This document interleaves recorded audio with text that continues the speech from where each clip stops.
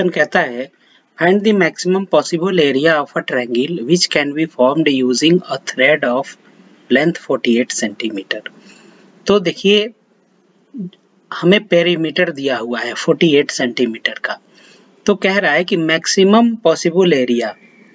तो maximum possible area किसका होता है? तो इक्विलैटरल ट्रायंगल का होता है। कैसे? तो जैसे मान लीजिए कि हमने एक पेरीमीटर लिया 36 सेंटीमीटर, ठीक है। ये ट्रिपलेट बना सकता है 9, 12 और 15 का। तो एक राइट एंगल ट्रायंगल इससे भी बन सकता है जिसका एक लेंथ 9 सेंटीमीटर, एक साइड 9 सेंटीमीटर, दूसरी 12 सेंटीमीटर, तीसरी 15 सेंटीमीटर। तो ये राइट एंगल ट्रायंगल ऐसे बनेगा। तो ये क्या हो जाएगा, √9 का स्क्वायर प्लस 12 का स्क्वायर, ये √225 आएगा यानी 15 के बराबर आएगा। तो ये राइट एंगल बनेगा। तो इसका एरिया क्या हो जाएगा, 1/2 बेस इंटू हाइट। तो 1/2 12 इंटू 9 ये आएगा हमारा 54 सेंटीमीटर स्क्वायर।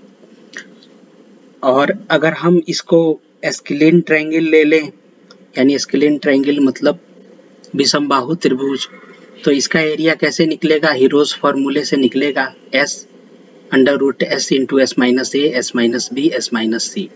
अब S की वैल्यू क्या होती है, A plus B plus C by 2 होती है।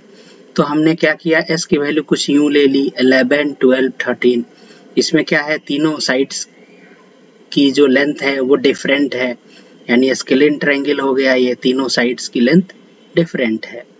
तो इससे हमारा पेरीमीटर आया 36/2 यानी 18।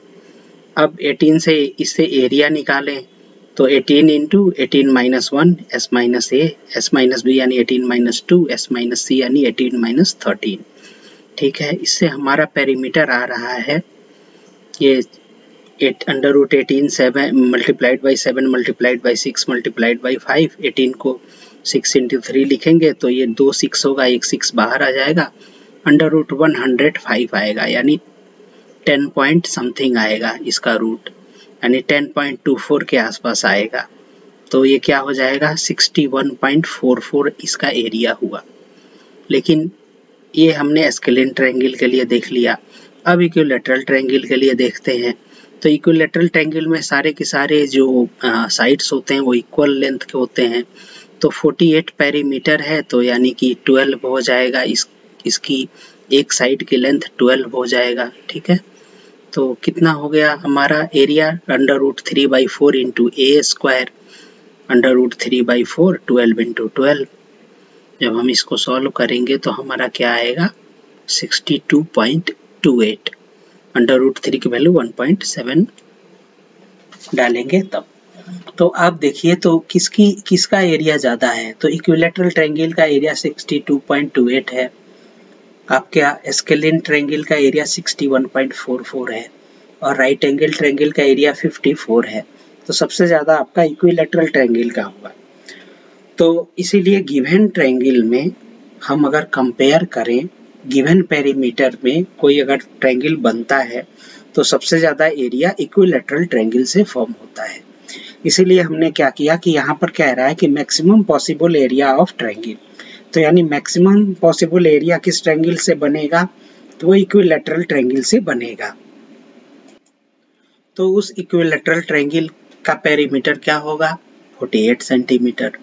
तो और इक्विलैटरल ट्रायंगल का पेरीमीटर क्या होता है, 3a, साइड्स ए तीनों साइड्स का सम करेंगे तो 3a आया और इसका पेरीमीटर 48, यानी a की वैल्यू कितनी आ गई, 16 सेंटीमीटर, 16 सेंटीमीटर।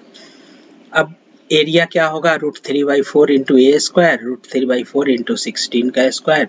जब हम इसको सॉल्व करेंगे तो ये 64√3 आएगा। तो हमारा ऑप्शन कौन सा करेक्ट है, हमारा ऑप्शन ये डी ऑप्शन होगा। ये सब में ए आगे लिख दिया है, ये डी 64√3 करेक्ट होगा। हमारे चैनल राघव मैथ्स को सब्सक्राइब करें। Thank you very much.